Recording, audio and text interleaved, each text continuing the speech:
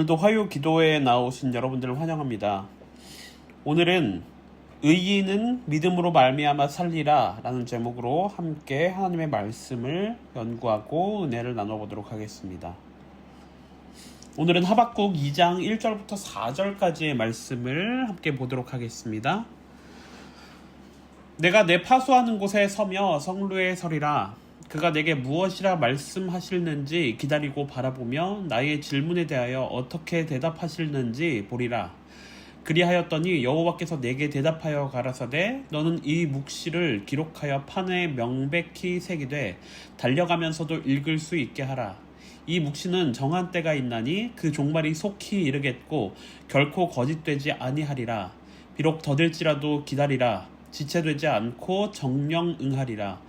보라, 그의 마음은 교만하며 그의 속에서 정직하지 못하니라. 그러나 의인은 그 믿음으로 말미암아 살리라. 오늘은 하박국에 있는 말씀을 살펴봅니다. 1절의 내용을 먼저 잠깐 요약한 다음에 오늘의 내용을 살펴보려고 하는데요. 하박국 선지자는 무법과 불의, 반역이 극도로 증거하는 것에 대해서 굉장히 경악합니다. 그래서 1장에서는 질문과 하나님의 대답이 이렇게 나오는 것을 볼 수 있는데요. 1장 2절부터 4절까지는 하나님께서 왜 사악함을 저지하지 않으시고 악을 허용하시는지에 관해서 묻습니다. 그러자 하나님께서 뭐라고 대답하시냐면 5절부터 11절까지 악을 징벌하는데 바벨론을 사용하겠다라는 대답을 주세요. 그러니까 하박국이 아니 어떻게 하나님께서 더 악한 자를 사용하실 수 있는가 라고 하면서 두 번째 질문을 합니다. 그리고 이 질문에 대한 하나님의 대답이 2장에서 나타나게 되는 것입니다. 그래서 하박국 2장 1절엔 이렇게 되어 있습니다. 내가 내 파수하는 곳에 서며 성루에 서리라. 그가 내게 무엇이라 말씀하실는지 기다리고 바라보며 나의 질문에 대하여 어떻게 대답하실는지 보리라. 그리하였더니. 그래서 이제는 선지자가 파수대에 서 있는 모습을 볼 수 있습니다. 사실 선지자가 어디에 있는지가 굉장히 중요한 역할을 하곤 합니다. 저희가 이미 몇 달 전에 살펴본 내용이긴 한데요. 요나서에는 이런 내용이 나왔습니다. 요나의 위치에 따라서 그의 영적인 상태가 묘사되고 있었죠. 요나서를 보게 되면 1장에서는 지면에 있다가 배를 올라타게 되고 배에서도 배의 밑층으로 갑니다. 그리고 배의 밑층에서 바다에 던져져서 바닷속으로 빠지게 되죠.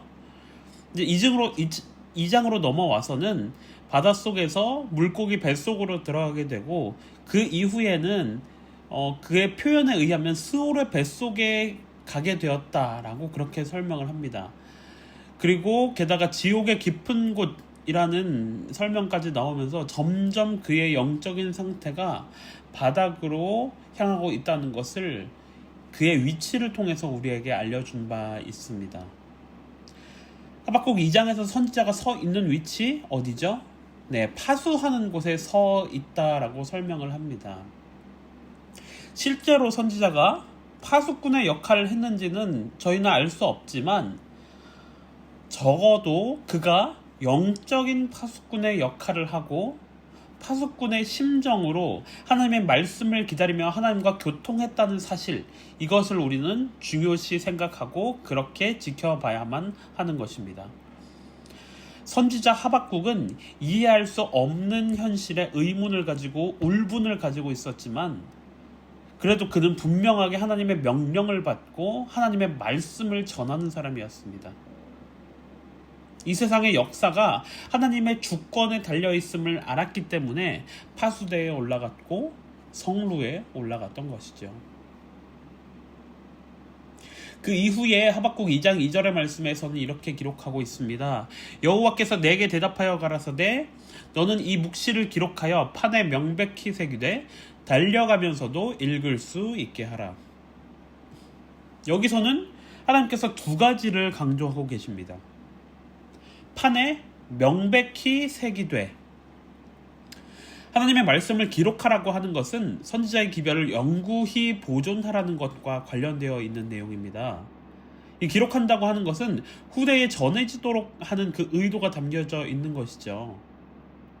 그래서 판에 명백히 새긴 대표적인 예를 하나만 찾자면 출애굽기 20장을 살펴보게 되면 하나님께서 친히 돌판에 그 말씀을 새겨주시는 장면을 떠올릴 수 있습니다. 게다가 판에 명백히 새기는데 어떻게 새기냐? 달려가면서도 읽을 수 있게 새겨라 라고 그렇게 명령하십니다. 여기서 문자적인 의미는 뭐냐면요, 그것을 읽는 사람이 달릴 수 있도록 이라는 의미를 가집니다. 그 판을 가지고 뛰라는 얘기가 아니라 그 판에 새겨진 의미에 대해서 막혀서 고민하거나 하지 않도록 쉽게 그리고 거침없이 그것을 읽을 수 있도록 하나님의 말씀을 받아서 기록하라 라고 하는 내용이었던 것이었죠. 그러면서 하나님의 본격적인 대답의 시작이 이 3절부터 시작됩니다. 3절은 이렇게 말합니다. 이 묵시는 정한 때가 있나니 그 종말이 속히 이르겠고 결코 거짓되지 아니하리라. 비록 더딜지라도 기다리라. 지체되지 않고 정령 응하리라. 여기서 보게 되면 정한 때가 있다라고 분명히 이야기합니다. 하나님께서는 일을 하실 때 대충 언제쯤이라고 하시면서 그 일을 진행시키는 법이 없습니다.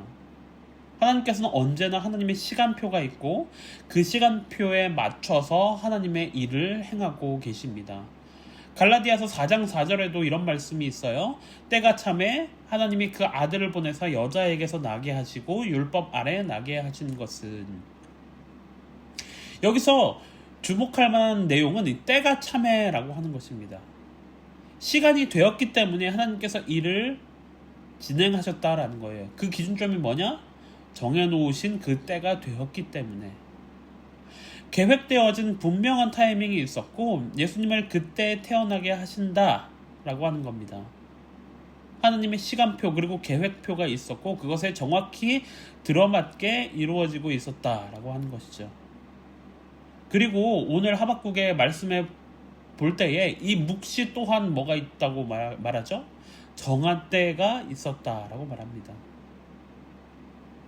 3절에 여기 보게 되면 그 종말이 속히 이르겠다라고 하는데요. 여기서 종말이 속히 이르겠다라고 하는 이 속히라는 뜻은 금방이라는 의미도 있지만 사실 이 3절에서 가지고 있는 의미는 정령 혹은 반드시라는 의미를 더 크게 가지고 있습니다. 하나님의 약속은 확실하고 반드시 이루어질 것이다 라는 것을 3절에서 우리에게 강조해서 이야기하고 있는 것이죠. 그러면서 4절로 넘어가서 이런 이야기를 합니다. 4절의 말씀입니다. 보라, 그의 마음은 교만하며 그의 속에서 정직하지 못하니라. 그러나 의인은 믿음으로 말미암아 살리라.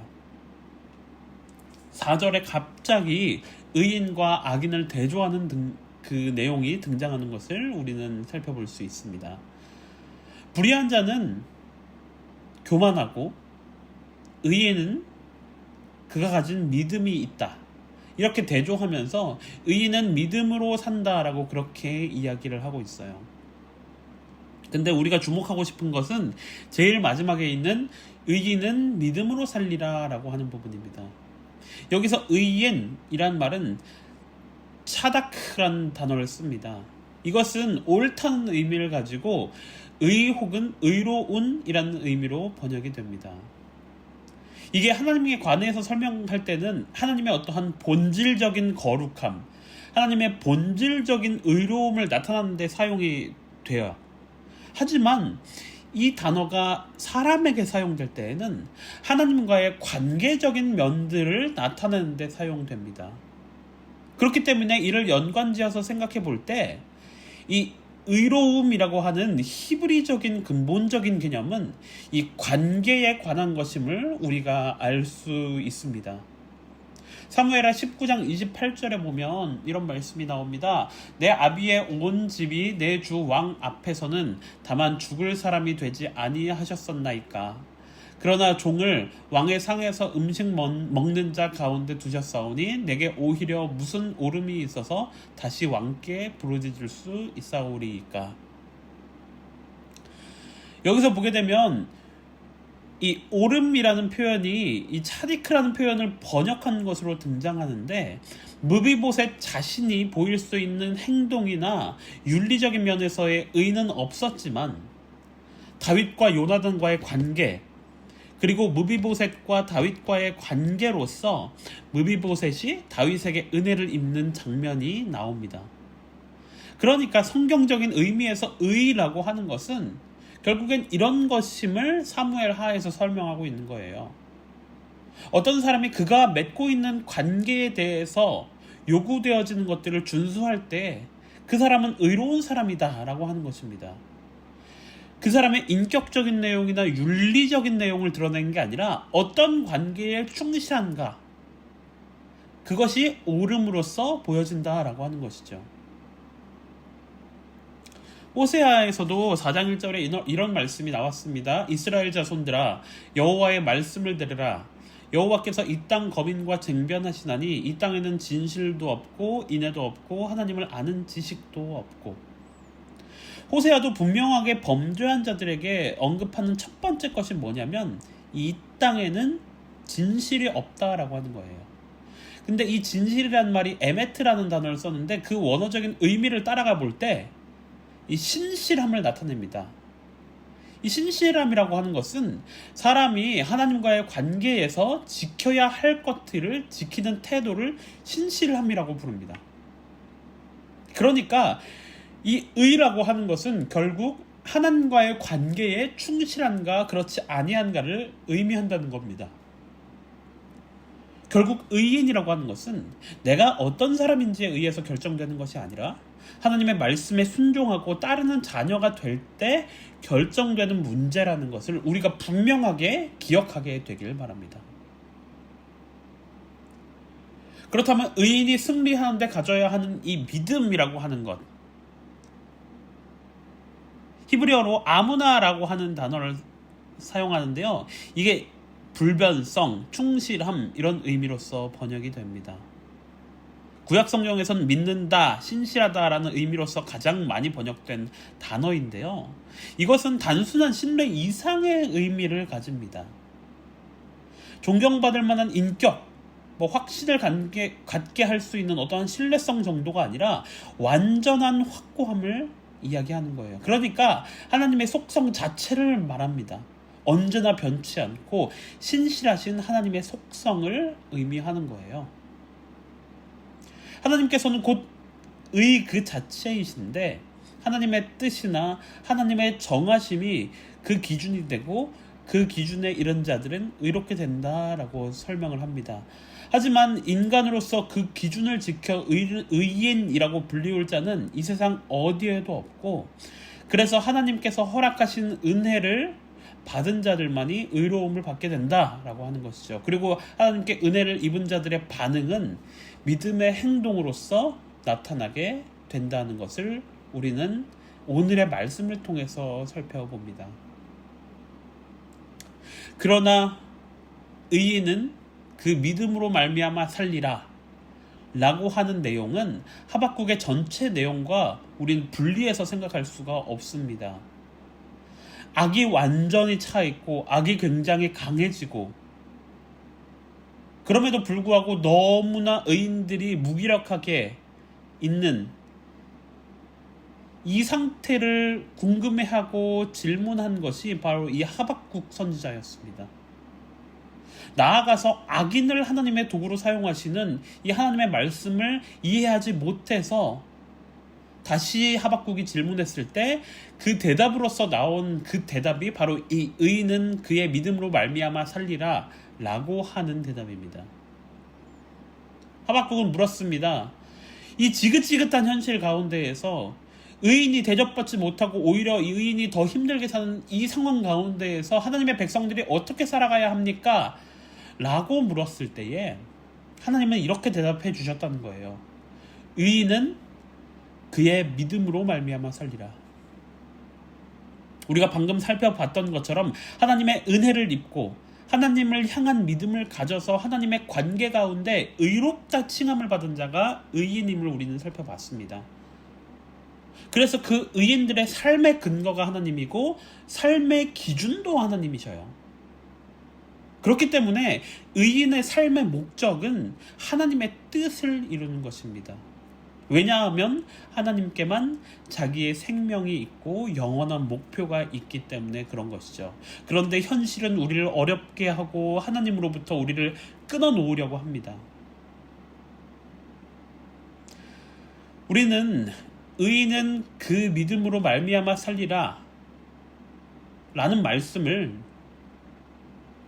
세상이 흉포해지고 악해지지만 의인은 자기의 믿음으로 하나님을 의지해서 견딘다라는 의미로 받아들이는 경우가 있습니다. 하지만 이 말씀을 온전히 이해하면 그거랑은 약간 다른 의미예요.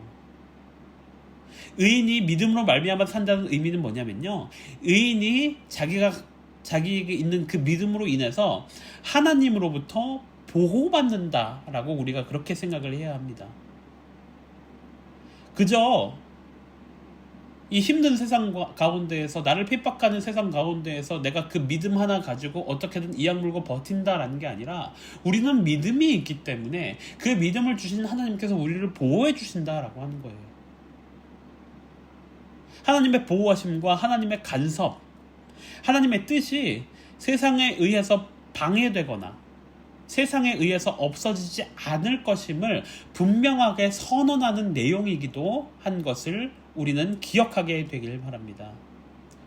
그래서 하박국 2장 마지막 절에는 이런 말씀이 나와요. 오직 여호와는 그 성전에 계시니 온 천하는 그 앞에서 잠잠할지니라.